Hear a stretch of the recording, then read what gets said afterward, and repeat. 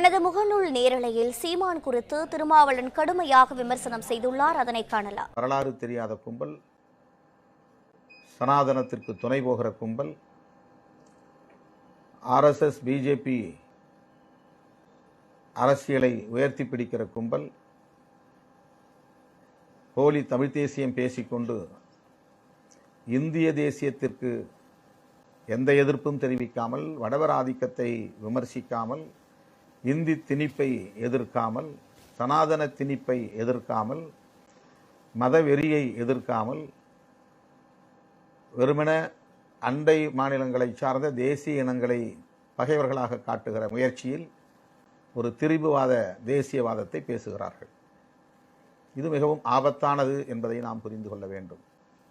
தமிழ் தேசியத்திற்கு தெலுங்கர்களோ, கன்னடர்களோ, மலையாளிகளோ முதன்மையான எதிரிகளாக இருக்க முடியாது.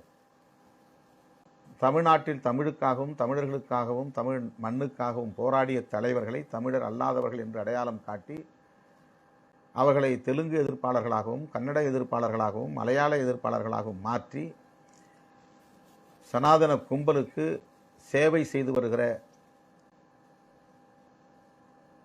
போலி தமிழ் தேசியவாதிகளை மக்களுக்கு அடையாளப்படுத்த வேண்டிய அவசியம் இன்றைக்கு ஒரு வரலாற்று கட்டாயமாக எழுந்துள்ளது.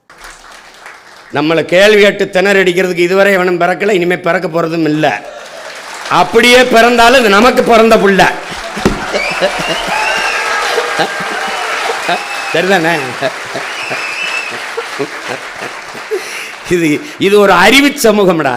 ஐயா ஐயா, உலகத்துக்கு அறிவை கடன் கொடுத்த இனமடா நம்ம. இந்த அவதூறு, இந்த விமர்சனம், ஏச்சு பேச்சு காதிலே வாங்காது. அது என்ன சொல்லுவான்னா, எனக்கு என்ன சொல்லுவான்னா, இந்த காதில் வாங்கி இந்த காதில் விடு அப்படிம்பாங்க. உனக்கு புரியுதுன்னு எனக்கு எல்லாரும் சொல்லுவாங்க.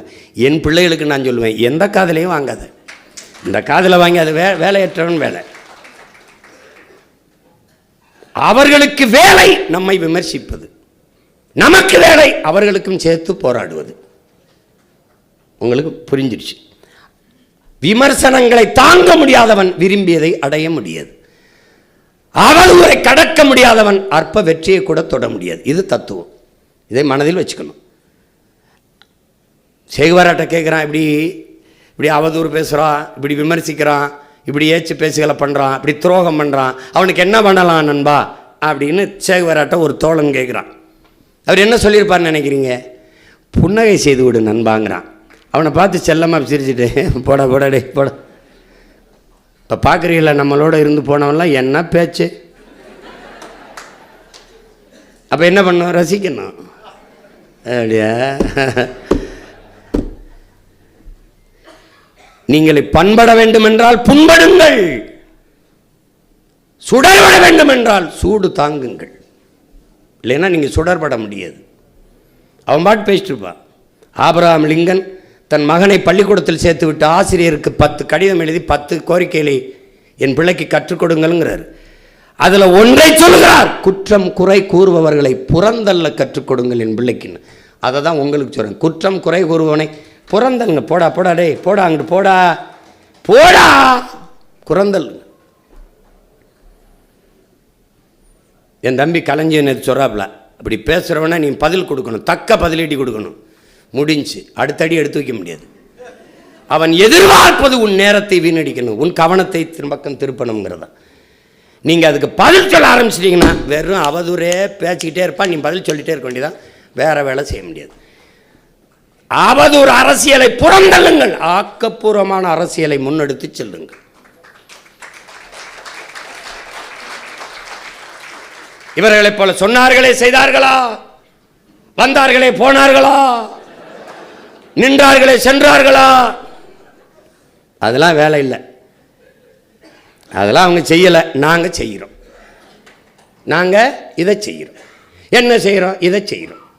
முன்னந்தோன்றிய நிலத்தில் முகிழ்த்தவர், மூத்த தமிழ்மொழி குணர்வில் மூத்தவர், தென்னன் பாண்டியன் குமரி குடிமையர் திசையெல்லாம் பரந்துலகை அளந்தவர், இன்னரும் இயலிசை நாடகம் யாத்தவர், இந்திய நாவலம் தேசத்து இறைமையர், என்ன வியப்பட இவர்கள் தமிழர்கள். கடைசி அப்படி முடிக்கிறாரு. எப்படி முடிக்கிறாரு? இருந்தும் என்ன இன்றிவர்கள் அடிமைகள். எப்படி? எல்லாரும் ஆனால் அடிமை. வான்முகில் மலையிடை வாழ்க்கை தொடங்கியவர், வளர்ந்தரு குறிஞ்சியில் காதலை உணர்ந்தவர், தேனுமில் முல்லை மருதம் நெய்தலை தீராய்ந்து நல் இல்லறம் வகுத்தவர், காந்தரு பொருளையும் கலனியும் கண்டவர், கடலின் பரப்பையும் கடல்ந்தயல் சென்றவர். இருந்தும் என்ன, இன்று இவர்கள் அடிமைகள். அண்ணன் முதலமைச்சர்னா மீத்தேன் கையெழுத்து இருக்குமா? அண்ணன் முதலமைச்சர்னா அணு உலையும் ஸ்டெர்லைட் நுழைஞ்சிருக்குமா? அண்ணன் முதலமைச்சர்னா மாநில உரிமையிலிருந்து கல்வி அங்கே போயிருக்குமா? அண்ணன் முதலமைச்சர்னா கச்சத்தீவு எடுத்து கொடுத்துருக்க முடியுமா? இப்படிதான் கேட்கணும். இந்த நிலத்தில் ஒரு தன்மானமிக்க தமிழ் மகன் ஆண்டிருப்பானே, ஆனால் ஈழத்தில் என் இன உறவை கொண்டு விட முடியும் என்கிற துணிவு இந்த நிலத்தில் எந்த ஆட்சியாளனுக்கு வந்திருக்குமா? சொல்லுங்க. அந்த போர் நடக்கும் போது இந்த வலிமை, குறைந்தது இந்த வலிமை, இப்போ மாநாட்டில் எத்தனை லட்சம் பேரை நம்ம கூட்டி காட்ட போகிறோம், அந்த வலிமை அன்னைக்கு இருந்திருந்தால் போற இந்த நிலத்தில் தமிழ்நாடு உறைந்திருக்கும். ஒரு போரும் நடத்தணும்னு என்ன வந்திருக்காது. இன்னைக்கும் காட்டுப்பள்ளி துறைமுகம் நிற்குது. இங்கே துறைமுகம் இந்த விண்ணூர்தி நிலையம் கட்டுறதுக்கு காத்து கிடக்குது. 8 வழிச்சாலை நிப்பாட்டப்பட்டிருக்கு. பரந்தூரில் விண்ணூர்தி நிலையம் நீ கட்டி பாருங்கிற. என் பேட்டி இருக்குது பாருங்க. 8 வழிச்சாலை நீ கல்லு நடலாம், ஒருபோதும் சாலை போட முடியாதுன்னு, என்னை தாண்டி தான் போடணும்னு கைது பண்ணிலாம் சிறையில் போட்டு பார்த்தாப்புல. ஐயா தான் போட்டாப்புல, வேளாண் குடிமகன் இருக்கார்ல. இவ்வளவுக்கு நான் கட்டாய கையெழுத்து போட்டுக்கிட்டு இருக்கேன் வேற ஒரு போராட்டத்தில் போய். அந்த போராட்டத்தில் என்னை தூக்கி உச்சையில் வச்சுட்டாப்புல. அங்கே கொண்டு போகும்போது என்னை இரவில் கொண்டு அடைக்க போகும்போது அங்கே ஒரு நீதிபதி நம்மளை மாதிரியே ஒரு மானசை இருக்கிறான். அவன் வந்து உன்னை விடுதலை செய்கிறேன் போன்ட்டாப்புல. அவர் இவங்கெல்லாம் கூட்டிகிட்டு போய் என்னை நிறுத்தினாங்க இரவில் கொண்டு போய். என் தங்கச்சியெல்லாம் வந்து நானும் எங்கள் அண்ணன் கொண்டு, ஐயா என்னை உள்ள வைங்கய்யா, இவங்களை அனுப்பிடுங்க, தங்கச்சி ஆர்வத்தில் சொல்லுதுங்க, அனுப்பிடுங்கன்னு. அவர் அப்படி பார்த்து சரி நீங்கள் போங்க. அப்படி காவல்துறை ஏதாவது அவர்கிட்ட தர்க்கம் பண்ணிச்சு, அதெல்லாம் கிடையாது, பெண்கள் எல்லாம் அனுப்புங்க, அவர் தான் போகிறேன்றாரில்ல, அப்புறம் என்ன என்னை அனுப்பிட்டார். நிறுத்தும்போது அவர் எந்திரிச்சு வந்து என்னை பார்த்தோன்னே இப்படி கும்பிட்டார் பாருங்க, தெரிச்சிட்டாப்புல. யாரா என்ன உடுப்பு போட்டாலும் உள்ள ஒரு உணர்வுன்னு ஒன்று இருக்குல்ல, நீங்கள் போங்க அப்படின்னாரு. ஒரு நாள் வச்சாப்புல காலையில் வழக்கு விடுதலை செய்கிறேன். அதில் அவர் அப்படி பேசிட்டார் இப்படி பேசிட்டார். அங்கிட்டு போய் பேசுப்பா போப்பா. அதாவது மாட்டுக்கே நீதி வழங்கினவன், பரம்பரையில் வந்தவன் நீதி வழங்காமல் போயிடுவாங்களா என்ன? சில தங்கச்சி எல்லாம் சில பிள்ளைகள் எனக்கு பேச வராது அப்படின்னு. எவனும் பிறக்கும் போதே பேசுறேன்னு இல்லை, 2 வருஷம் வந்து தான் பிறந்தான் பேசுகிறான். இது என்ன பெரிய வித்தையா? உங்களை கண்ணை கட்டிக்கிட்டா சுட சொல்கிறோம். நீங்கள் பேசுகிறது தான் பேச்சு, அதை கேட்குறது அவன் வேலை, அவ்வளோதான். ஆமாம், ஒரு திமிரி என் பிள்ளைகளுக்கு வரணும். மேடைக்கு வந்தோடனே நம்ம பேச்சை கேட்க தான் இவ்வளோ பேரும் கூடியிருக்கான். அந்த திமிரு வந்துருச்சுன்னா பேச்சு வந்துடும். ஆனால் ஒன்று சொல்லுவேன், பேசும்போது இவரை பார்க்குறது அவரை பார்க்குறது பார்க்கக்கூடாது. எல்லாம் மங்களாக தான் இருக்கணும். மைக்கு நீங்களும் உங்கள் கவனம் தான் இருக்கணும். யாருமே பார்க்கக்கூடாது, ஃபோக்கஸில் இருக்கக்கூடாது, அவுட் ஃபோக்கஸில் இருக்கணும். எல்லாரும் மங்களாக தெரியணும். நீ அவனை பார்த்தீன்னு வச்சுக்க, அந்த நேரத்தில் அப்படி பேசிட்டு இருப்ப, உன் கவனம் சிதறிடும். அப்புறம் அப்படின்வான். அந்த நேரத்தில் அவசரமாக ஹோம் மினிஸ்டர் இருந்தது, பிரைம் மினிஸ்டர் இருந்து ஃபோன் வந்துடும், பேசிட்டுப்பா. உனக்கு எரிச்சலாக வரும். அவனை பார்க்காத, தயவு செய்து பார்க்காத, பார்த்துறாது. இல்லைன்னா என் பங்காளி வடிவேல் மேல் கீழே இருந்து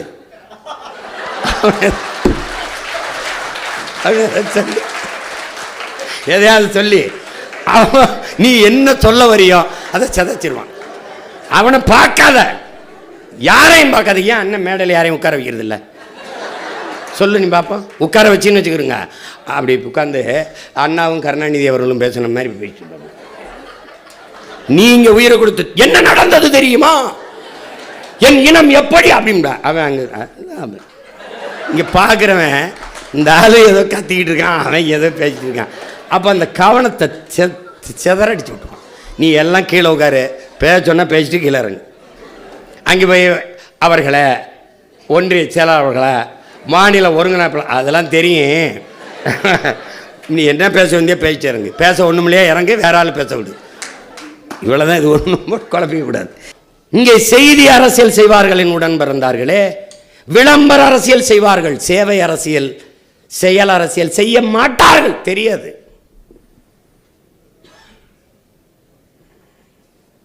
பல 100 கோடியை செலவழிப்பார்கள். எது செய்தி அரசியல்? செப்டம்பர் 16ஆம் தேதி குடும்பத் தலைவிக்கு 1000 ரூபாய் கொடுக்கிறோம், ஜனவரி 1 செய்தி பண்ணுவார்கள், விளம்பரம் செய்வார்கள். இது விளம்பர அரசியல். இப்ப செயல் அரசியல் கிடையாது, இங்கே சேவை அரசியல் கிடையாது, செய்தி அரசியல், விளம்பர அரசியல் தான். தாத்தா காமராஜர்கிட்ட போய் நம்ம விளம்பரம் நம்ம செய்த சாதனைகள்லாம் விளம்பர படம் எடுத்து ஓட்டலாம், திரையரங்கில் போட்டு காட்டலாம். போட்டு காட்டலாம். என்ன செஞ்சுருக்கோம்? பள்ளிக்கூடம் கட்டியிருக்கோம். சன்னா அதில் படிக்கிறதுல பிள்ளைகள்லாம். ஆமாம். அப்புறம் என்ன பண்ணியிருக்கோம்? ரோடு போட்டிருக்கோம். சன்னா நடக்குதுல? ஆமாம் நடக்குது. வேறு என்ன பண்ணியிருக்கோம்? அணைக்கட்டுகளை கட்டியிருக்கோம். விவசாயம்லாம் பயன்படுத்துகிறாங்கல்ல? ஆமாம் பயன்படுத்துகிறாங்க. அதான் தெரியுதே, பள்ளிக்கூடம் பிள்ளைங்க படிக்குது, சன்னா ரோட்டில் போகுது, அப்புறம் அணையில் தண்ணியை பாய்ச்சி விவசாயம் வேளாண்மை செய்கிறான். அவனுக்கு தான் தெரியுதே நம்ம இது செஞ்சுருக்குன்னு. அதுக்கு விளம்பரம் ஒரு படம் வேற ஒரு காட்ட போறியா? படம் அது என்ன இருக்குது? செய்தி விளம்பர அரசியல் அல்ல, சேவை அரசியல் நிற்குது. இங்கே எப்படி இருக்கு? பள்ளிக்கூடத்தை பூரா மூடி வந்தவன் மூடிட்டு 2100 பள்ளிக்கூடத்தை மூடிட்டு 2100 டாஸ்மார்க்கை திறந்தவன் பேசுகிறான், நான் தான் உன்னை படிக்க வச்சேன்னு. அவன் 6000 பள்ளிக்கூடத்தை திறந்து படிக்க வச்சு அமைதியாக போய் படுத்துட்டான். அது செயல் அரசியல், சேவை அரசியல். இது செய்தி அரசியல். உங்களுக்கு புரியுதுன்னு நினைக்கிறேன். செயல் அரசியல் என்ன? உண்மையிலே கல்வியை கொடுத்துட்டு கல்வியில் சிறந்த சான்றோர்கள், ஆன்றோர்கள், துணைவேந்தர்களை கூப்பிட்டு எப்படி இந்த கல்வியின் தரத்தை இந்த அரசு உயர்த்தியிருக்குன்னு பேச வச்சா அது சேவை அரசியல், செயல் அரசியல். இலக்கியவாதிகள் வர்றதில்லை, இயக்குனர்கள், நற்றமிழ் சான்றோர்கள் வருகிறதில்லை, நடிகர் நடிகைகள் வந்து இந்த ஆட்சி கல்வியை அப்படி பண்ணி விட்டது, இப்படி பண்ணி விட்டது. எப்படி? இவனுக்கு விழான்னா நடிகர் நடிகை இல்லைன்னா விழா இல்லை. கல்வி சிறந்த தமிழ்நாடு ரொம்ப சிறக்குதா? எப்படி இருக்கு? இதனால தான் பாண்டவன் முன்னாடி செத்து போயிட்டான். அப்ப எப்படிப்பட்ட ஆட்சி நடக்குது? நீங்கள் செய்ய வந்தது செய்தி அரசியல், விளம்பர அரசியல் அல்ல. நாம் செய்ய நிற்பது சேவை அரசியல், செயல் அரசியல், கட்சி அரசியல், தேர்தல் அரசியல் அல்ல, மக்கள் அரசியல். எப்படி சொல்றோம்? இந்திய துணைக்கண்டத்தில் இல்லை என் உடன் பிறந்தார்களே, உலகத்திலேயே உலக வரலாற்றிலேயே ஒரு அரசியல் இயக்கம் பல தேர்தல்களில் தோற்று தோற்று தோற்று தோற்று சற்றும் தளர்ச்சி அடையாமல், சோர்ந்து விடாமல், துவண்டு விடாமல் எந்த இடத்தில் தொடங்கியதோ அதே உற்சாகத்தோடு மீண்டும் மீண்டும் இந்த அலை அப்படி மறைகிற போது இன்னொரு பேரலை எழுவது போல தொடர்ந்து தொடர்ந்து தொடர்ந்து தொடர்ந்து எப்படி கரும்பாறையை அலை கரைப்பது தன் வலிமையால் அல்ல, விடாமுயற்சியால் திரும்பி திரும்பி திரும்பி மூச்சு விட நிறுத்துவது மட்டுமல்ல மரணம், முயற்சி செய்யாமல் இருப்பதும் முயற்சி செய்வதை விடுவதும் மரணம்தான். அப்படி மரணிக்காமல் திருப்ப திருப்ப திருப்ப தேர்தல் களத்திலே அதே உற்சாகத்தோடு அதே வெறியோடு களத்தில் நிற்கிற ஒரு அரசியல் இயக்கம் உலக வரலாற்றில் நாம் தமிழர் கட்சியை தாண்டி எதுவும் இல்லை. 4.5 லட்சம் வாக்கை வாங்கின அரசியல் கட்சி வாழ்ந்ததாக சொல்லுங்கள். 4.5 லட்சத்திலிருந்து 17 லட்சத்திற்கு வளர்ந்ததாக சொல்லுங்கள். எங்கேயாவது ஒரு கட்சி? அதிலிருந்து 30 லட்சத்துக்கு வந்ததை சொல்லுங்கள். அதிலிருந்து 36 லட்சமாக வாங்கி தனித்து நின்று ஒரு முழுமையான இசைவற்று கட்சியாக மாறினதை சொல்லுங்கள். கூட்டம் சேர்த்து கொண்டு வந்தார்கள், கோடி கோடியாக கொட்டி கொண்டு வந்தார்கள், சாதியை சொல்லி நின்றார்கள், மதத்தை சொல்லி நின்றார்கள்.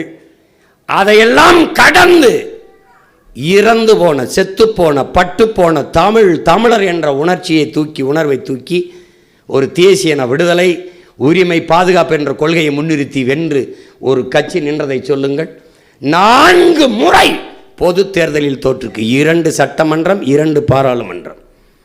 மறுபடியும் அதே உற்சாகத்தோடு 5வது முறையும் களத்திலே தன்மானமிக்க தமிழ் பிள்ளைகள் என் மக்களோடு சேர்ந்து தனித்து நின்றாலும் தனித்துவத்தோடு நிற்போம். அடுத்தவன் தோளில் நின்று நாங்கள் உயர்ந்தவர்கள் என்று காட்டுவதை விட தனித்து நின்று உண்மையான உயரத்தை காட்டுவது மேன்மையானது என்ற நோக்கோடு 1000 பேரையும் எதிர்த்து நிற்போம். எத்தனை பேரையும் எதிர்த்து நிற்போம், ஆனால் எவரையும் எதிர்பார்த்து நிற்க மாட்டோம் என்ற தத்துவத்தோடு தனித்து களத்திலே திரும்ப திரும்ப என்னை கேட்பாங்க, நீங்கள் இப்படி தொடர்ச்சியாக இருக்கல, என்னை பார்த்தா தோற்று போன ஆள் மாதிரி தெரியுதா? புதிதாக பூத்த பூ எவ்வளவு மலர்ச்சியாக இருக்குமோ அப்படி நானும் என் பிள்ளைகளும் மறுபடியும் மறுபடியும் களத்தில் பாயும். ஏன்? அடிபட்ட புலியும் அடிமைப்பட்ட இனமும் எழுச்சி கொள்ளுகிற போது எவனும் எதிர் நிற்க முடியாது. நாங்கள் அடிமைப்பட்ட இனம் மட்டுமல்ல, அடிபட்ட புலியும் கூட. வெறி என்றால் கொலவெறியில் நிற்கிறோம். கொலவெறி குறுக்க அண்ணனாவது அப்பனாவது மாமனாவது மச்சானாவது எவன் வந்தாலும் அடிக்கிறது தான். என எங்களின் இலக்கு ஒன்றுதான், இனத்தின் விடுதலை. லட்சிய உறுதி, அதுதான் லட்சிய உறுதிங்கிறது. இங்க ஐயா அம்பேத்ராஜன் அவர்கள் சொல்லும்போது பணம் இல்லைங்கிறாங்க. இந்த கட்சியின் பலமே பணம் இல்லாதது தான். ஏன்? நாம் எப்படிப்பட்ட தலைவனின் பிள்ளைகள்? ஆயுத பலத்தோடு இருக்கிறான், 2,80,000 ராணுவ வீரர்களை வைத்திருக்கிறான், அவனை எதிர்த்து சண்டையிட வேண்டும், கையில் ஆயுதம் இல்லை, வலிமை இல்லை, என்ன செய்யலாம்? உயிரையே ஆயுதமாக ஏந்தலாம் என்ற முடிவுக்கு வர 2,80,000 வீரர்கள் வெறும் 20,000 வீரர்கள்.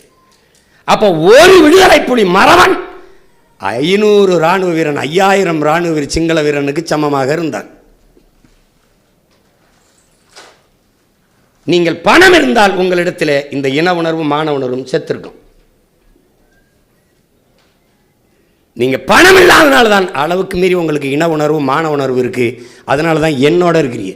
பணம் இருந்தால் இந்த திராவிட கூட்டத்தில், திருடர் கூட்டத்தில் நீங்களே எங்கேயாவது போய் இல்லையா, இல்லைன்னு ஏதாவது ஒரு சந்து பந்துக்கு போய் டிவிக்கு போயிருப்பீங்க. ஏதாவது ஒன்று நடந்திருக்கும், ஏதாவது ஒன்று நடந்திருக்கும். இங்கே மக்களுக்கு சேவை செய்ய பணம் தேவையில்லை. பணத்தை வைத்துக்கொண்டு நீங்கள் இந்த இடத்திற்கு வரலை, இவ்வளோ தூரம் நீங்கள் வரலை. நம்ம இதுவரை 2 லட்சம் 3 லட்சம் ஒரு தேர்தலுக்கு செலவு பண்ணாலே பெருசு. வாக்குக்கு காசு கொடுக்குறவன் அவன் தான். நீங்கள் எதுவும் கிடையாது. நீங்கள் களத்தில் நில்லுங்க, அது செல்லும். நான் 2009 அந்த தேர்தலில் என்கிட்ட காசு இல்லை. திமுக காங்கிரஸை எதிர்த்து என் இனச்சாவுக்கு காரணம் செத்து கொண்டிருக்கும்போது போராடணும் நான் முடிவெடுத்து இதுக்கு வேலை செய்யும்போது அன்னைக்கு எங்கள் அப்பா பாரதி ராஜாவும் அன்னை செல்வமணி போன்றவர்களாம் எனக்கு துணைக்கு வந்தாங்க. இப்போ காசு இல்லை. அப்போ ஐயா ஐயநாதன் போன்றவர்களாம் என் கூட இருந்தாங்க. இப்போ பேசிட்டு இருந்தோம். ஒவ்வொருத்தரும் பேரம் இவ்வளவு தரம் இவ்வளோ தரும். ஒருத்தரும் கடைசியாக நாங்கள் கொடுக்குறதுல பாதி எடுத்துக்கிறோம், நீங்களே வச்சுக்கிறோங்க, எங்களுக்கு வேணாம்ட்டு கிளம்பிட்டோம். இப்போ சிவா இருக்கான்ல, என் தம்பி நெல்லை சிவா, அவன் கேட்குறான், முத்துவரை காசு இல்லாமல் எப்படி நம்ம எடுத்துகிட்டு போகிறது அப்படின்னா, பிச்சை எடுப்போம்னே. சிரித்தாங்க எல்லோரும்.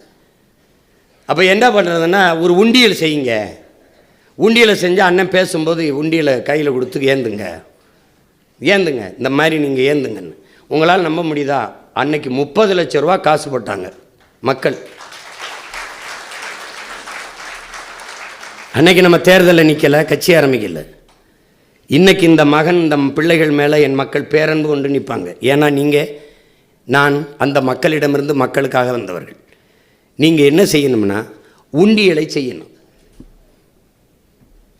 இந்த வருமானம் காக்கும் நம் இனமானம் என்று எழுதணும். துளி துளியாய் இணைவோம் பெரும் கடலாகும் கனவோடு என்று எழுதணும். அதில் தலைவர் படத்தையோ விவசாயி படத்தையோ போட்டக்கூடாது. தலைவர் படத்தை வச்சுக்கிட்டு பிச்சை எடுக்கிறான் சீமான்னு எழுதுவான். யார் நம்ம மேலே ரொம்ப பாசமாக அக்கறையும் கொண்டவன், எங்களுக்கு யார் எழுதுவான்னு தெரியும். விவசாய படத்தை போட்டியில் விவசாய பிச்சை எடுக்க வைக்கிறான்பா. ஏற்கனவே பிச்சை எடுத்துட்டான், வேண்டாம். அண்ணன் படத்தை போடுங்க. அது நமக்கு நம்ம சொந்தங்கள்கிட்ட பிச்சை எடுப்பது நமக்கு பெருமைதான்.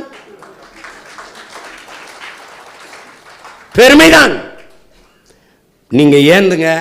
உங்களுக்கு மக்கள் காசு தரலைன்னா அங்கேருந்து எனக்கு அடிங்க.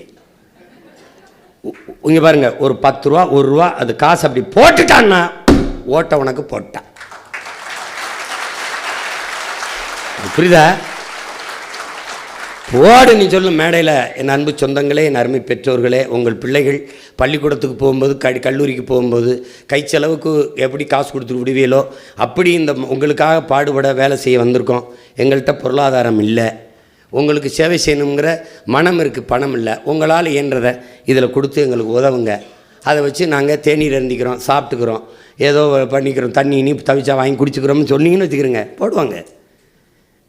ஏன்னா வந்தவரையெல்லாம் வாழ வச்ச தமிழ்நாடு சொந்த பிள்ளைகளை நடுத்தரில் விட்டுருமா என்ன? வாழ வைக்காமல் விட்டுருமா என்ன? நீ ஏந்து நான் சொல்கிறத கேளு. காசு இல்லைன்னு சொல்லாது. அதுக்காக அன்னை மொத்தமாக உங்களை அப்படி விட்டுற மாட்டேன். நீங்கள் 5 ரூபா எடுத்தால் நான் 50 ரூபா பிச்சை எடுப்பேன். அதில் உங்களுக்கு ஆளுக்கு 5-5 ரூபா கொடுப்பேன். அதனால் என்னடா அண்ணன் இப்படி இறக்கி விட்டுருவார், அப்படிலாம் விடுவேண்ணா என்ன? தைரியமாக இருங்க. பெண்களுக்கு சம வாய்ப்பு கொடுக்குறோம், சம வாய்ப்பு கொடு அப்படி சொல்லாது. நீங்கள் சொல்லுங்கள், எங்கள் மூதாதை எங்கள் ஆதி இறை சிவன் மட்டும்தான் தன் பெண்ணுக்கு பாதியை கொடுப்பான் இல்லடா, அவன் பிள்ளைகளும் கொடுப்பான்டான்னு சொல்லுங்க. சிவன் மகன் பிரபாகரன் கொடுத்தான், அவன் மகன் சீமான் கொடுப்பான். நான் கொடுக்கல, அவர்கள் எடுத்துக்கொள்கிறார்கள். அவர்கள் இடம் அவர்களுக்கானது. அது போய் கொடுக்குறோம் அப்படி. முதல்ல சில இதுகளை அருவருக்கு கற்றுக்கிறங்க. கிறித்தவர் இஸ்லாமியரை சிறுபான்மை என்று, தமிழர்களை எங்கிருந்தோ வந்தவன் சிறுபான்மை என்று சொல்வதை அருவருக்கு கற்றுக்கிறங்க. பெண்ணிய உரிமை, பெண்ணிய விடுதலை என்று பேசுவதை அருவருக்கு கற்றுக்கொள்ளுங்கள். யாருக்கிட்ட இருந்து யாருக்கு விடுதலை? யாருக்கிட்ட இருந்து? உங்கள் மகன் சீமானை என் தாய் கொடுத்த விடுதலையில் தான் வெளியில் நிற்கிறேன். நீங்கள் ஒவ்வொருத்தரும் தாய் தந்த விடுதலையில் தான் இருக்கிறீங்க. நான் இந்த இடத்துல இவ்வளோ உறுதியாக நின்று போராடன்னா 13-14 வருஷமாக என் உயிர் துணையால் கயல்வெளி காளிமுத்து கொடுத்த விடுதலையில் தான் நான் நிற்கிறேன். அப்படி தான் இங்கே இருக்கிற ஒவ்வொருத்தரும் அவரவர் பெற்றோர் தாயும் தன் உயிர் துணையும். அதுதான் நான் என் மகளுக்கு விடுதலை கொடுக்கறது, உரிமை கொடுக்குறதுலாம் உரிமைன்னு பேசி இருந்தீங்கன்னா உன்னை எந்த வழக்கு மாதிரி செருப்பு கொண்டு அடிக்கிறது? கடமைன்னு பேசி பழகுங்கடா, கடமைன்னு பேசி பழகுங்க. கொடுமையாக இருக்கு இது. அதனால் அரசியல் பிழைத்தோருக்கு அறம் கூற்றாகும் என்று கற்பித்த ஒரு இனத்தின் பிள்ளைகள். உங்களுக்கு தெரியும், பெரிய தத்துவம்லாம் நீங்கள் ஒன்றும் குழப்பிக்கிற வேண்டியதில்லை. மணி நீரும் மண்ணும் மலையும் அணிநிலக்காடும் உடையது அரண். உருவசியும் ஓவாப்பினியும் செருவகையும் சேராது இயல்வது நாடு. அஞ்சாமை ஈகை அறிவூக்கம் இன்னான்கும் எஞ்சாமை வேந்தருக்கு அழகு. முறை செய்து காப்பாற்றும் மன்னவன் மக்களுக்கு இறை என்று வைக்கப்படும். தூங்காமை துணிவு கல்வி துணிவுடைமை இவை மூன்றும் நீங்கா நிலன் ஆள்பவருக்கு. குடிதழி கோலோச்சு மாநில மன்னன் அடிதொழி நிற்கும் உலகு. இவ்வளோ தாண்டா. எது இதையெல்லாம் எழுதி 2000 வருஷத்துக்கு முன்னாடியே வச்சுட்டு போயிட்டான். இதை செயல்படுத்துறதுக்கு. ஏன்னா எங்களுக்கு தத்துவத்துக்கு பிரச்சனை இல்லை, கருத்துக்கு பிரச்சனை இல்லை, களத்தில் நிற்கிறதுல தான் பிரச்சனை இருக்குது. சுத்தம் சுகம் தரும் எல்லா சுவர்லையும் எழுதியிருக்கு. இறங்கி கூட்டுறது யாருங்கிறதான் பிரச்சனை. எழுதிட்டவன் போயிட்டான். அந்த கிறுக்கு பேலாவது இறங்கி கூட்டியிருந்தா அவன் நின்ன தெருவாது சுத்தமாக இருக்கும். கூட்டலை. இப்போ என்ன பண்ணுறான்? நாங்கள் கூட்டுறோம். ஏன் கூட்டுறோம்? எங்கள் தெருவை கூட்டுறோம், தேசந்தானாக சுத்தமாகும். இது எங்கள் கோட்பாடு, செய்கிறோம். இவ்வளவுதான் தத்துவம் போட்டு ரொம்ப அண்ணன் என்னென்ன கொள்கை, என்ன கொள்கை, எதுக்கு கொள்கை, ஈவேரா அவரை எதுக்கு, ஐயாவை ராமசாமியை எதிர்க்கிறீர்கள். அவரை நாங்கள் எதுக்கல, 100 ஆண்டு அவங்க தான் எங்களை ஏற்றுக்கிட்டு இருந்தாங்க. ஒரு சின்ன செய்தி தான். உலகில் முதன் மொழி முதல் மாந்தன் தமிழன். 50,000 ஆண்டுகளுக்கு மூத்த ஒரு பெருமை கொண்ட வரலாற்றில் ஒரு பேரினத்தின் மக்கள் நாம். நம் இனத்தின் வரலாற்றை, மூவேந்தர்கள் வரலாறை கூட மறைத்து, நமது முன்னவர்கள் எல்லா பெருமையும் மறைத்து, திராவிட இயக்கம் தொடங்கிய அந்த 100 ஆண்டு கால ஐயா ஈவேராவுக்கு பின்னாடிதான் தமிழனின் வரலாறு என்று கட்டமைத்ததை அறிவு சமூகம் ஏற்குதா? அவர் வந்துதான் படித்தது, அவர் வந்துதான் நீங்கள் குளித்தது, அவர் வந்துதான் நாகரிகம் அடைந்தீர்கள். பெண்களா? அவர் வந்துதான் உரிமை, அவர் வந்துதான் சமத்துவம், அவர் வந்துதான் சமூக நீதி. இதை ஏற்குதா? இதான் இங்கே இருக்க பிரச்சனை. என் தம்பி பாக்கியம் கூட ஒரு கட்டு எழுதியிருக்கேன், நான் கூட என்னுடைய தன்படத்தில் வச்சுருக்கேன். எல்லா வரலாற்று அடையாளங்களையும் அழித்து ஒரே ஒரு மனிதனின் முதுகுக்கு பின்னால் என் முன்னவர்களின் பெருமை எல்லாம் குவித்து 50 ஆண்டுகளுக்காக மூத்த ஒரு இனத்தை அரை நூற்றாண்டு கால இந்த ஈவேரா வரலாறுக்கு முன்பு பின்பு என்று கட்டமைப்பதை எந்த மான தமிழ் மகன் ஏற்பான்? என் மொழியை எல்லாருக்கும் மொழி தொடர்பு கருவி. எனக்கு அப்படி இல்லை. தமிழ் பேச்சு மொழி அல்ல, எனக்கு மூச்சு மொழி. ஸ்பீச் லாங்குவேஜ் கிடையாது, ஸ்பிரிச்சுவல் லாங்குவேஜ் தமிழ். என் உயிர் மொழி. அதனால தான் என்ன சொல்றான், தமிழுக்கு அமுதென்று பேர், அந்த தமிழ் இன்பத் தமிழ் எங்கள் உயிருக்கு நேர் என்று பாடுறான்.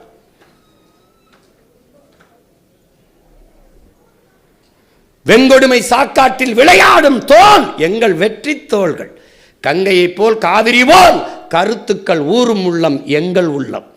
வெங்குருதி தனில் கமழ்ந்து வீரம் செய்கின்ற தமிழ் எங்கள் மூச்சாம்ங்கிறான். என் மூச்சுற தமிழ் பேச்சு மொழி அல்ல, வீச்சு மொழி.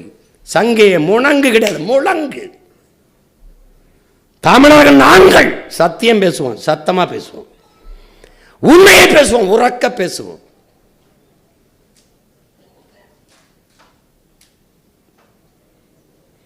அதுதான் இங்கே.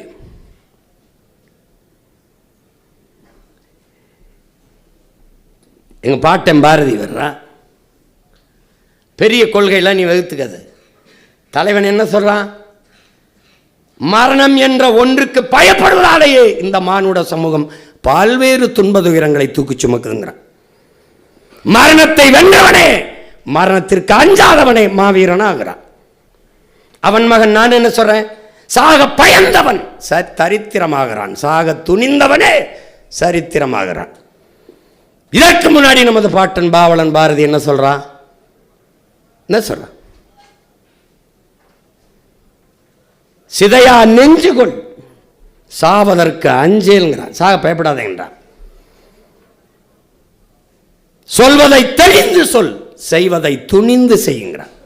கடைசி என்ன சொல்றான், வெடிப்புற பேசுங்கிறான். எப்படி சொல்றான், பேசுறான்னு சொல்லல, வெடிப்புற பேசுங்கிறான். அதை தான் நம்ம செஞ்சிட்டு இருக்கோம். அதை தான் நம்ம தாத்தா என்ன சொல்றான், முழங்கு சங்கே முழங்குங்கிறான்.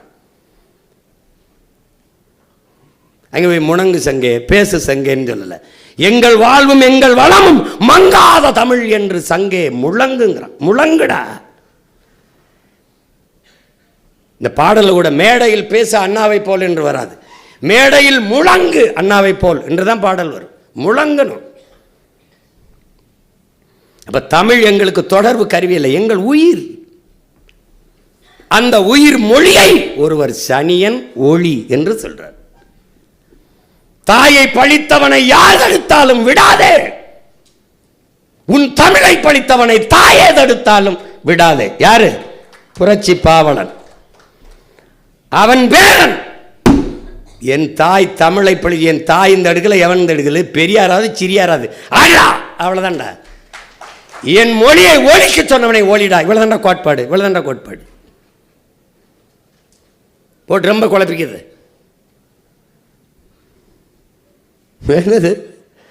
எப்படி இருக்கு, ரெண்டு தான் தம்பி. ஒருத்தன் கோயிலுக்குள்ள வராத தீட்டுனான் தம்பி. கோயில் கட்டினது யார் தம்பி, கல்லோட வேண்டா, சாரம் கட்டி ஏற்றின வேண்டா, உள்ளே இருக்கிற சிலையை செஞ்ச வேண்டா, தூக்கி கொண்டி உள்ள வச்ச வேண்டா, கற்ப கிரகத்தை கட்டின வேண்டா, உள்ளே வராதேன்னாண்டா ஒருத்தன் தீட்டுறான். ஒருத்தன் உள்ளே போகாத அறிவு கட்ட முட்டா பையனாண்டா. ரெண்டு பேரும் நம்ம எதிரிடா. புரிஞ்சாடா? ஏன் கோயில் உனக்கும் எனக்கும் வழிபாட்டு தலம் மட்டுமல்ல, வரலாற்று பேராவணம்டா. உள்ளே இருப்பவன் உன் சிவனும் முருகனும் மாயவனும் நம் இறையடா. அந்த கோயில் சுவத்தில் தான் உன்னுடைய வரலாற்று பேராவணம் கல்வெட்டாக செப்பேடுகளாக பறிக்க வச்சுருக்கு. அங்கே 18ஆம் நூற்றாண்டில் 16ஆம் நூற்றாண்டில் அப்படி எழுதி வைக்கப்பட்டிருக்கு.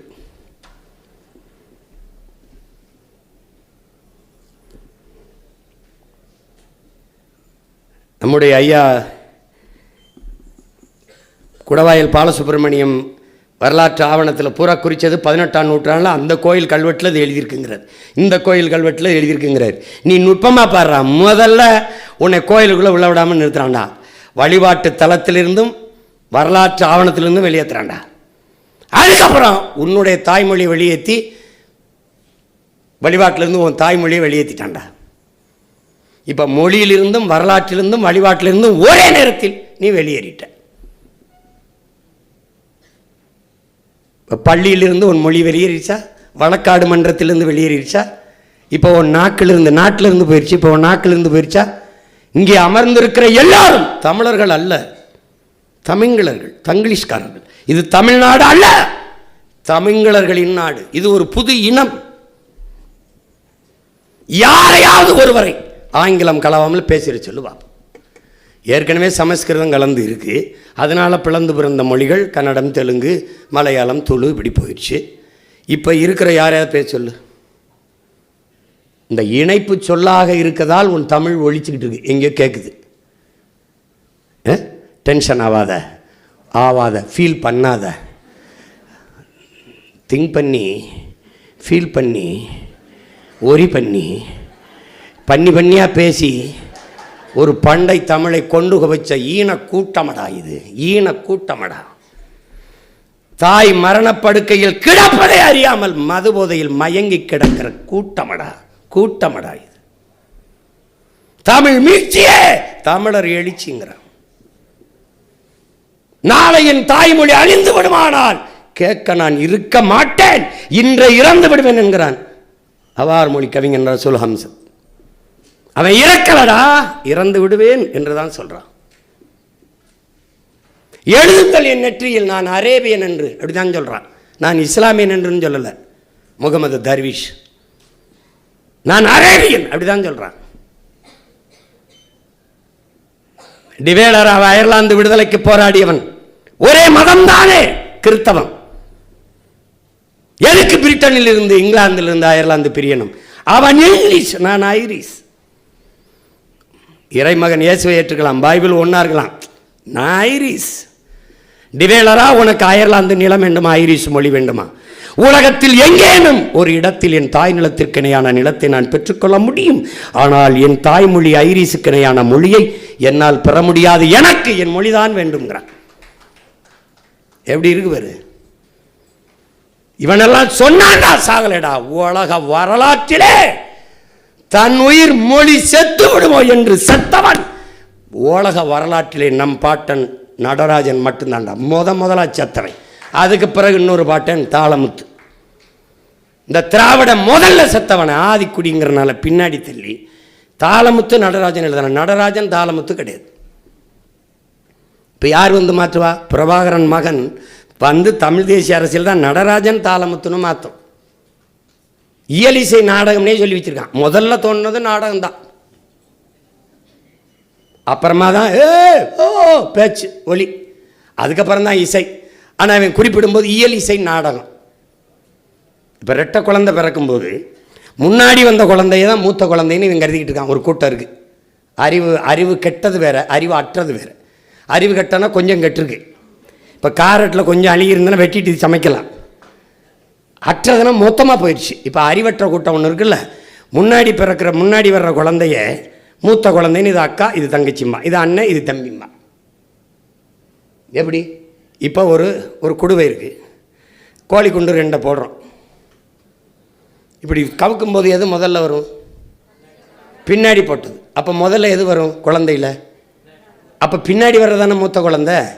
அப்போ முன்னாடி வர்றதை எப்படி நீ மூத்த குழந்தைன்னு சொன்ன? இது மாதிரி தான் இந்த நாடகத்தை பின்னாடி வச்சு இந்த கூட்டத்தை என்ன பண்ணலாம்? இது அறிவு கெட்ட கூட்டம் சொல்லக்கூடாது, அறிவு அற்ற கூட்டம். முட்டாள்னு சொல்லக்கூடாது. தேர் ஓடி வரும்போது ஒரு கட்டையை கொடுத்து நிறுத்துறதுக்கு பேர் முட்டு ஆள். மடையன் என்று சொல்லக்கூடாது. மடையை அடைத்து திறந்து விடுவதற்கு பேர் மடையன் என்று பொருள். நமக்கு பொருள் தெரியாமல் பல பேர் பேசிட்டு இருப்போம், பல சொற்களை பயன்படுத்துவோம். உங்களுக்கு தெரியும், 1000 பேரை கொன்றவன் அரை வைத்தியனான், 1000 பேரை கொன்றவன் அரை வைத்தியனானான் அப்படின்னு சொல்கிறது. அது எல்லாம் தப்பாக பேசி எதையோ ஒன்றை பண்ணி காலம் வந்துருச்சு. இப்போ நீங்கள் செய்கிறது ஒன்று, என் பிள்ளைகள்கிட்ட வேண்டுவது, நீங்கள் ஒன்றிலிருந்து தொடங்கவில்லை. அப்போ எங்கேருந்து தொடங்குறீங்க? ஒரு புள்ளியிலிருந்து தொடங்குகிறீர்கள். புரட்சியாளன் பகத்சிங் சொன்னதை நினைவில் வைக்கணும். புரட்சி என்பது வன்முறை, ரத்தம் சிந்துகிற வன்முறையாகத்தான் இருக்க வேண்டும் என்பது இல்லை. அது துப்பாக்கி தோட்டாக்களை தொழுவதும் இல்லை. இங்கே தனி நபர்கள் வஞ்சம் தீர்த்து கொள்ள வாய்ப்பே இல்லை. பிறகு எது புரட்சி? வெளிப்படையாகவே அநீதிகளால் கட்டமைக்கப்பட்ட சமூகத்தை தகர்த்து முற்றுமுழுதாக புதிய ஒரு சமூகத்தை படைப்பதற்கு பேர் தான் புரட்சி. அப்ப நீங்க எங்க வந்திருக்கீங்க? கட்டிய கட்டடத்திற்கு வெள்ளையடிக்க வந்த சீர்திருத்தவாதிகள் அல்ல. கட்டடத்தையே இடித்து விட்டு புத்தம் புதிதாக புதிய ஒரு கட்டடத்தை கட்ட வந்தவர்கள். அப்ப தாத்தா கட்டியது சரியா? இதுதான் ஏற்கனவே இருந்த கோட்பாட்டை தகர்த்து புதிய ஒரு கோட்பாட்டை கட்டமைக்கும்போது. அப்படி கட்டமைக்கும் போது ஏற்பார்கள், எதிர்ப்பார்கள், எதிர்பார்க்கக்கூடாது. ஆதரிப்பார்கள், அருவார்ப்பார்கள், அதையும் பார்க்கக்கூடாது. அப்ப என்ன பண்ணணும்? துணிந்து முன்வைக்கணும். துணிந்து முன்வைக்கணும். எப்படி எப்படி பெர்னாட் என்ன சொல்றான்? பெரும்பாலான மக்கள் உலகம் போற போக்கிலே போக நினைக்கிறான். யாராவது ஒருத்தன் தான் உலகத்தை தன் போக்கில் திருப்ப நினைக்கிறான். ஆனால் தொடக்கத்தில் அவன் விமர்சிக்கப்படுகிறான், ஏசப்படுகிறான், பேசப்படுகிறான், அருவறுக்கப்படுகிறான், தூற்றப்படுகிறான்.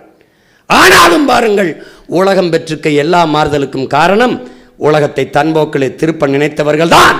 அப்படித்தான் புத்தன், அப்படித்தான் மார்க்ஸ், அப்படித்தான் பூலே, அப்படித்தான் இங்கல்சான், அப்படித்தான் ஏங்கல்ஸ், அப்படித்தான் பிளாட்டோ, அப்படித்தான் அரிஸ்டாட்டில், அப்படித்தான் சாக்ரட்டிஸ், எல்லாம் இப்படித்தான் தன் போக்கிலே திருப்ப நினைக்கிறார்.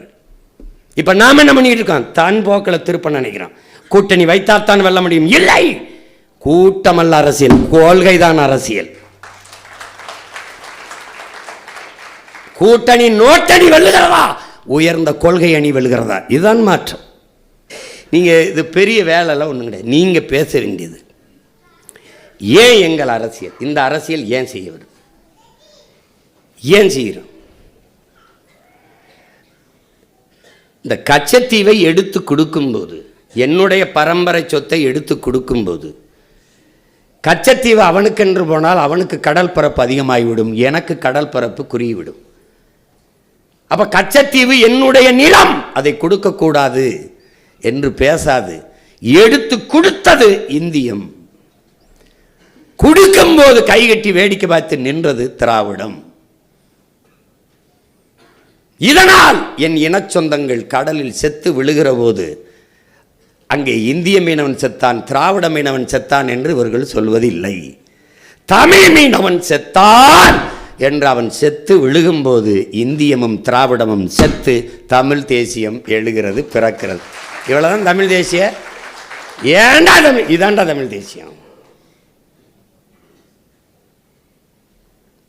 என் ஆத்தாளப்பன் கொல்லப்பட்ட போது அடுத்த வீட்டுக்காரன் பக்கத்து வீட்டுக்காரன் அளவில்லை, நான் மட்டுமே இருந்து அழுதேன், கதறினேன். அந்த கதறல் தான்டா தமிழ் தேசியம். காவிரியிலே எனக்கான நதிநீர் மறுக்கப்படுகிறது. என் நிலத்திலே நெய்வேலி பழுப்பு நிலக்கரியில் இருந்து மின்சாரம் எல்லா மாநிலங்களும் பகிர்ந்து எடுத்துக் கொள்கிறது இந்தியம். நரிமணம் பெட்ரோல் எல்லோரும் பிரித்துக் கொள்கிறார்கள் இந்தியம்.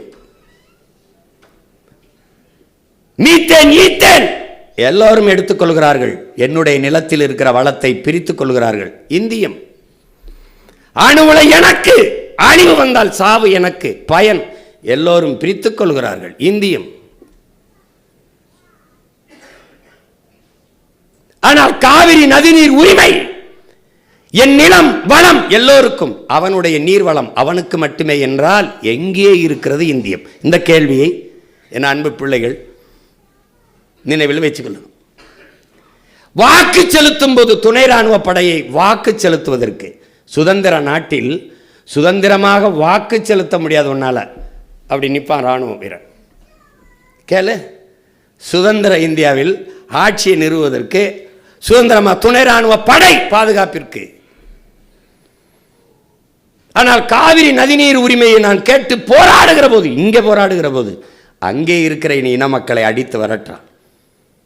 இது ஒரே நாடு, ஒரே ரேஷன் கார்டு, ஒரே வரி, ஒரே தேர்தல், ஒரே தேர்வு, ஆனால் ஒரே நீர் இல்லை. நான் கேட்டால் மறுக்கிறேன். ஒரு சொட்டு தண்ணீர் வர தர முடியாது தமிழர்களுக்குங்கிறான். அப்ப அந்த இடத்துல என்ன வரும்? தன்மானம் மிக்கவனுக்கு ஒரு அழகு மின்சாரம், ஒரு துளி மின்சாரம் உனக்கு கிடையாது என்று சொல்ல வேண்டும் என்று தோணும். அவன் தண்ணீர் தர மறுப்பான். இவன் அதிகாரத்தை நிறுவ இங்கிருக்கிற திராவிட தலைவர்கள் அங்கு போய் அவனுக்கு ஆதரவாக வேலை செய்வார்கள். அவன் மறுப்பான், அடித்து எங்களை விரட்டுவான், தடுக்க துப்பற்று கைகட்டி நிற்பார்கள். இது திராவிடம். 500 TMC தண்ணிதான் வந்து கொண்டிருந்தது. எனக்கு 450 TMC. அதை மேலும் கேட்டு வழக்கு தொடர்ந்தார் ஐயா கருணாநிதி, இன்னும் அதிகமாக தர வேண்டும் என்று. அன்றைக்கு ஆட்சியில் இருந்தது அம்மையார் இந்திரா காந்தி. இந்தியம் கோரிக்கை வைத்தது திராவிடம். 386 பயன்படுத்தி ஆட்சியை கலைத்து விடுவாள் இந்திரா காந்தி என்ற அச்சத்திலே அவர் கூப்பிட்டு மிரட்டியவுடன் வழக்கை திரும்ப பெற்றார். உரிமை பறிபோனது. பறித்தது இந்தியம், பறி கொடுத்தது திராவிடம். இப்ப என் நிலத்தின் வளம் எல்லாருக்கும் பொதுமை என்றால் உன் நிலத்தின் நீர்வளம் உனக்கே என்றால் என் நிலத்தின் வளம் எனக்கே என்று பேசுவது தமிழ் தேசியம் அந்த இடத்துல பிறந்திருது. அங்கே நாங்கள் உரிமைக்கு போராடுகிற போது என் அம்மா என் அப்பா வயதை ஒத்தவர்களை அரை நிர்வாணமாக்கி அடிக்கிறான் முதுவிலே. அவன் ஓங்கி அடித்த சத்தத்தில் அதிர்வதில் பிறக்குதடா தமிழ் தேசியம். இந்தியமும் திராவிடமும் இறந்து பிறக்குதடா. இவ்வளவுதான். ஆந்திர காட்டுக்குள் சுட்டு போட்ட போது 20 பேரை ஆந்திராவில் இருக்கிற மனித உரிமை ஆர்வலர்கள் பேசவில்லை, மாற்றுக் கட்சி எதிர்கட்சிக்காரர்கள் பேசவில்லை, இந்த நிலத்தில் எந்த தலைவனும் பேசவில்லை, இந்தியாவை ஆண்ட நாட்டின் பிரதம அமைச்சர் ஒரு வருத்தம் சொல்லவில்லை, இதெல்லாம் தவறு என்று சொல்லவில்லை. இந்த நிலத்தில் எவ்வளவு கொளுத்து வாழ்கிறார்கள், நாங்கள் திருடர்கள் என்று பட்டத்தை சுமத்தி சுட்டு போட்டான், கேட்க ஒருவரும் இல்லை. அந்த இடத்திலே மரக்கட்டைக்கு இருக்கிற மதிப்பு மானத்தமிழன் உயிருக்கு இல்லையா என்ற கேள்வி இருக்கிறதே, அதான்டா தமிழ் தேசியம். தமிழ் தேசியம் என்றால் ஏதோ ஒன்று அல்ல. நாங்கள் இந்தியர்களாகத்தான் இருந்தோம், நாங்கள் திராவிடர்கள் என்றுத்தான் வாழ்ந்தோம்.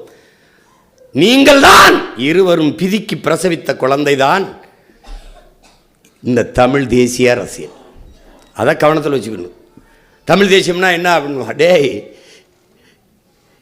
நாடு தமிழ்நாடு, இங்கு வாழ்கிற மக்களின் மொழி கலை இலக்கியம் பண்பாடு, அவர்களுடைய தொன்று தொட்ட வேளாண்மை தொழில் வளர்ச்சி பெண்ணிய பாதுகாப்பு, அவன் கல்வி கல்விக்கேற்ற வேலை, அதை கொண்டு வாழ்கிற பெருமைமிக்க வாழ்வு, காட்டு வளம் கனிம வளம் நீர்வளம் நிலவளம் மலை வளம் கடல் வளம் மண் வளம் மணல் வளம் எல்லாவற்றையும் காப்பது. இதற்கு ஒரு அரசியல் இருக்கிறது, தமிழ் தேச அரசியல். அதான் தமிழ் தேச அரசியல். இவ்வளவுதான். பெருசா அப்படி ஒரு பெரிய குழப்பம் அதெல்லாம் வச்சுக்கிறது. இவ்வளவுதான் நம்முடைய நிலைப்பாடு. இங்கே உண்மை என்பதும் நேர்மை என்பதும் நல்லாட்சி என்பதும் வெறும் சொல்லாட்சியில் தான் இருக்குது. இதெல்லாம் உண்மையாக்க போராடுகிற பிள்ளைகள் தான் நாம் தமிழர் கட்சி பிள்ளைகள். என் அன்பிற்குரிய பிள்ளைகளே, ஒரு வண்டி நிறைய குப்பை அதை கொளுத்துவதற்கு அவனும் வண்டி நிறைய நெருப்பெடுத்து கொண்டு போவதில்லை. ஒரு தீப்பெட்டி ஒரு தீக்குச்சி தான். புரியுது? இப்போ நான் எத்தனை தீக்குச்சி வச்சுருக்கேன்? 234 தீக்குச்சி வச்சுருக்கேன். புரட்சி என்பது ஒவ்வொரு மனிதனின் காலடிக்கு கீழே காய்ந்த சருகுகளாக கிடக்கிறது. எதற்கு? ஒரு தீக்குச்சியின் உரசலுக்காக காத்து கொண்டுங்கிறான். உங்களுக்கு கீழே ஒரு புரட்சி சருகு கிடக்குது, புரட்சி காத்துக்கிட்டு என்ன செய்யணும்? ஒரு தீக்குச்சி வச்சு கொளுத்தி போடணும். இப்போ எத்தனை தீக்குச்சி இருக்கு? 234 தீக்குச்சி இருக்கு. இந்த தீக்குச்சி எப்படி 234 தீக்குச்சி இருக்குதுங்கிற திமிரில் நம்பிக்கையில் கொளுத்தப்படாது. இந்த குச்சி தான் கடைசி குச்சி என்றால் எவ்வளவு பொறுப்புணர்வோடும் நம்ம கொளுத்துவோமோ அந்த மாதிரி ஒவ்வொரு தீக்குச்சியும் பற்றி எரியணும். இந்த நிலத்தில் இருக்கிற இழி அரசியலை, இந்த கேடுகட்ட பணநாயகத்தை, இந்த கொடிய சாதி மத அரசியலை, இதையெல்லாம் ஒரு கட்சி ஆட்சியால் புரட்டி மாற்றிவிட முடியாது. அப்போ எதால் மாற்ற முடியும்? புரட்சி ஒன்றால் தான் புரட்டி போட முடியும். இப்போ நீங்கள் இப்படி பாருங்க, தனியார் பள்ளி கல்லூரிகளில் தங்கும் விடுதி இருக்குதே, அது ஒன்றாக இருக்கிறதா இல்லை தாழ்த்தப்பட்ட மக்களுக்கு என்று பிள்ளைகளுக்கு என்று தனியாக இருக்கிறதா? யாராவது சொல்லுங்க. தனியார் பள்ளியில் இருக்கா? தனியார் பள்ளியில் எங்கே இருக்கு? தனியார் பள்ளி தனியார் கல்லூரிகளில் தங்கும் விடுதி ஒன்றாக இருக்கிறதா இல்லையா? ஆனால் அரசு பள்ளி கல்லூரிகளில் தனித்தனியாக இருக்குதா இல்லையா? இப்போ இது என்ன இந்த அரசு சமூக நீதியை நிலைநாட்டுச்சு? என்ன இந்த அரசு சாதியை ஒழிச்சு சமத்துவத்தை நிலைநாட்டுச்சு? ஒரு தனியார் பள்ளியிலே படிக்கிற மாணவன் எல்லாம் ஒற்றுமையாக தங்கும் விடுதியில் படிக்கிற போது அரசு பள்ளியில் ஏன் ஆதி திராவிடர்க்கென்று தனியாக நீ வைக்கிறாய்? எதற்காக வைக்கிறாய்? எதற்காக வைக்கிறாய்? என்ன சமூக நீதியை நிலைநாட்டினாய்? என்ன சகோதரத்துவம் சமத்துவத்தை நிலைநாட்டினாய்? கட்டடத்திற்கு பெயர் சமூக நீதி கட்டடம் என்று வைக்கிறாய். தாழ்த்தப்பட்ட பிள்ளைகள் தங்கி படிக்கிற விடுதிக்கு பெயர் செங்கலும் சிமெண்டும் சாந்துமாடா சமூக நீதி? எது சமூக நீதி? எப்படி எப்படி பாருங்க. இப்ப என்ன செய்யும் நாம் தமிழர் கட்சி ஆட்சி புரட்சி? என்ன செய்யும்? தனியார் முதலாளியால் சாதிக்க முடிந்ததை அரசால் முடியாதா? ஒரே விடுதியில் தங்கி படி, இல்லை என்றால் இந்த சான்றிதழ் எங்கே போய் படி, இவ்வளவுதானே.